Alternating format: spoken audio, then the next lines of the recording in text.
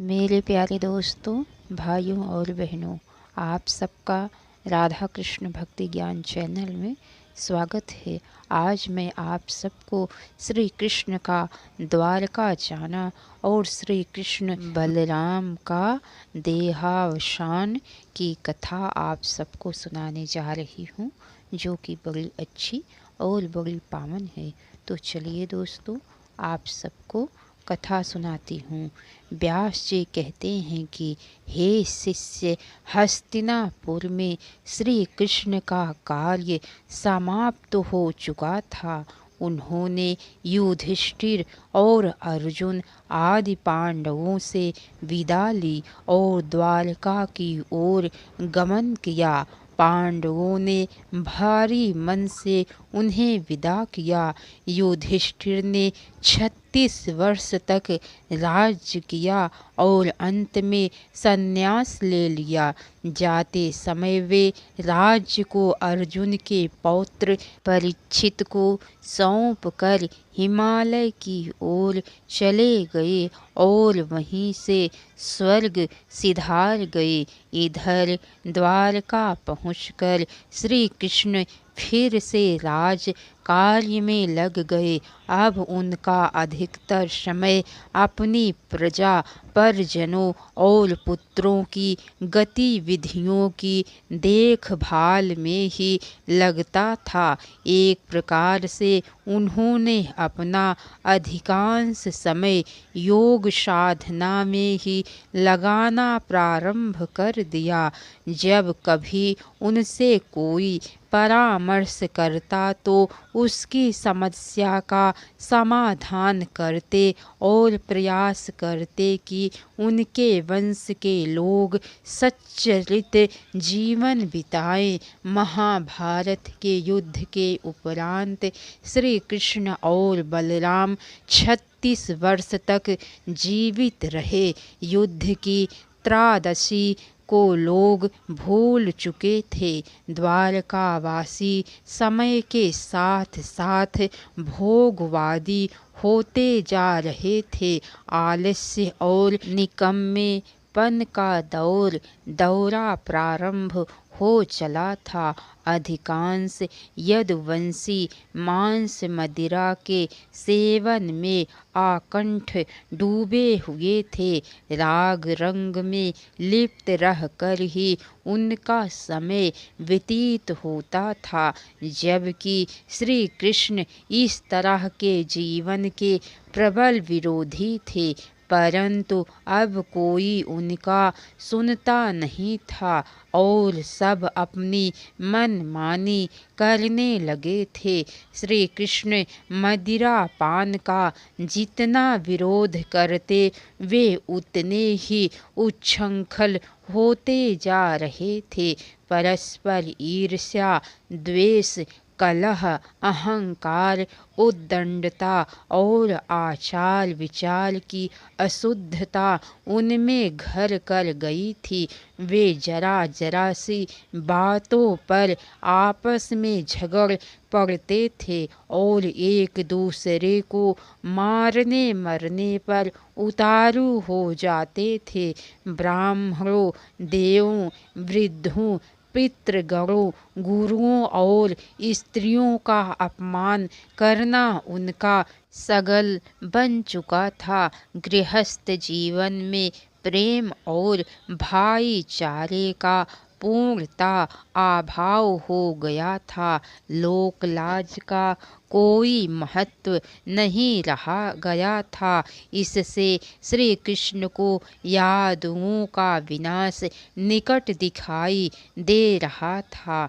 उसी समय उन्हीं की प्रेरणा से ऋषियों का एक दल द्वारका नगरी के निकट पिंडारक क्षेत्र में आकर ठहरा। एक दिन वे ऋषि जब तपस्या में लीन थे, तब वहाँ यदुवंश के कुछ युवा लड़के भी खेलने जा पहुँचे। उन्होंने ऋषियों की ओर जरा भी ध्यान नहीं दिया, अपनी मौज मस्ती में लगे रहे। जब उनकी दृष्टि उन पर पड़ी तो पहले उन्होंने उन्हें अनदेखा ही कर दिया। फिर ना जाने उन्हें क्या सूझा कि वे परस्पर मंत्रणा करके मुस्कराए और आगे बढ़कर उनके पास जा पहुँचे। उनमें श्री कृष्ण और जामवंती का पुत्र शांब भी था। सभी ने शांब को साड़ी पहनाकर उसे स्त्री रूप बना दिया था। वे सभी उसे लेकर ऋषियों के पास पहुँचे तथा बड़ी नम्रता से उन्हें प्रणाम करके बोले, हे ब्राह्मणों, यह कजरारे नैनों वाली सुंदरी गर्भवती है। यह आपसे कुछ पूछना चाहती है, पर संकोच के कारण कुछ नहीं पूछ पा रही है। आप लोग तो सर्वज्ञ और ज्ञानी हैं, भूत वर्तमान और भविष्य के बारे में जानने वाले हैं। इसका प्रसव काल निकट ही है। यह आपसे जानना चाहती है कि यह कन्या को जन्म देगी या पुत्र को। उन कुमारों के द्वारा ऐसा पूछने पर ऋषि क्रोधित हो उठे। उन्होंने कहा, मूर्खों, यह एक ऐसा मूसल उत्पन्न करेगी जो तुम्हारे कुल का सर्वनाश कर देगा। उन मुनियों की वह बात सुनकर वे कुमार बहुत अधिक भयभीत हो गए।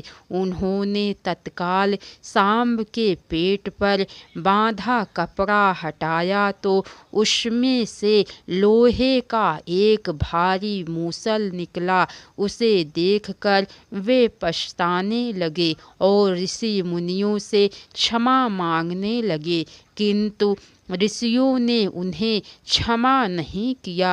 वे घबराए हुए अपने घर लौट आए। उन्होंने यादवों की सभा में महाराज उग्रसेन के सम्मुख वह मूसल रख दिया और सारी बात सच सच बता दी। उनकी बात सुनकर सभी यादव घबरा गए और विचार करने लगे कि अब क्या किया जाए, क्योंकि ब्राह्मणों के द्वारा दिया गया श्राप कभी झूठा नहीं होता।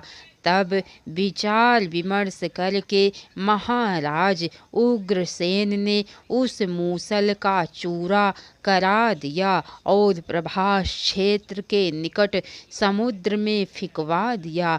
इस विषय में श्री कृष्ण से भी कोई सलाह नहीं ली गई। उनसे यह बात गुप्त रखी गई, परंतु श्री कृष्ण से तो कुछ भी छिपा नहीं था। उस समय उन्होंने चुप रहना ही उचित समझा।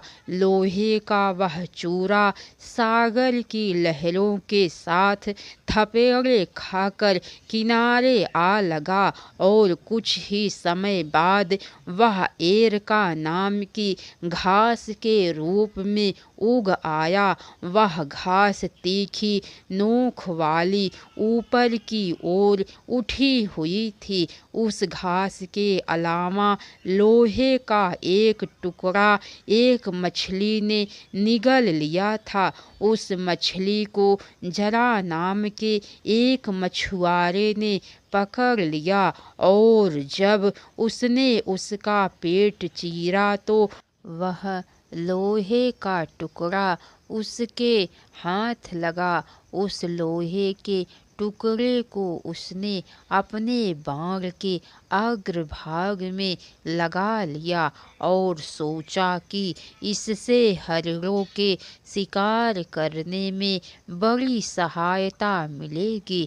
उस समय वह यह नहीं जानता था कि यही तीर श्री कृष्ण की मृत्यु का कारण बनेगा। एक बार देवर्षि नारद श्री कृष्ण के पास आए और उनके साथ कुछ दिन रहने की इच्छा प्रकट की। श्री कृष्ण ने पूर्ण आदर सम्मान के साथ उनका स्वागत किया और उनके साथ धर्म चर्चा की। श्री कृष्ण ने उनसे पूछा, हे देवर्षि, आप तो नारायण के सेवक और भक्त हैं, उनके परमात्मा स्वरूप को जानने वाले हैं। कृपया उनके नारायण स्वरूप के विषय में मुझे भी कुछ बतलाइए। श्री कृष्ण के प्रश्न को सुनकर देवर्षि नारद मुस्कराए। वे मन ही मन सोचने लगे कि स्वयं नारायण के अवतार होते हुए भी ये मुझसे नारायण के विषय में पूछ रहे हैं। फिर भी उन्होंने बताया कि इस संसार की उत्पत्ति, स्थिति और संहार का जो कारण है वही नारायण है। वह ना तो कभी जन्म लेता है और ना कभी मरता है। वह इस जगत का नियंता होकर भी दृष्टा मात्र है। वह सब में स्थित सबका साक्षी है। इसके आगे की कथा दोस्तों आप सबको कल सुनने को मिलेंगी। तो कैसी लगी कथा लाइक करके कमेंट बॉक्स में ज़रूर बताइएगा। अगर हो सके तो एक बार शेयर भी ज़रूर कीजिएगा। तो बोलिए भगवान श्री कृष्ण की जय। राधे राधे दोस्तों, हर हर महादेव।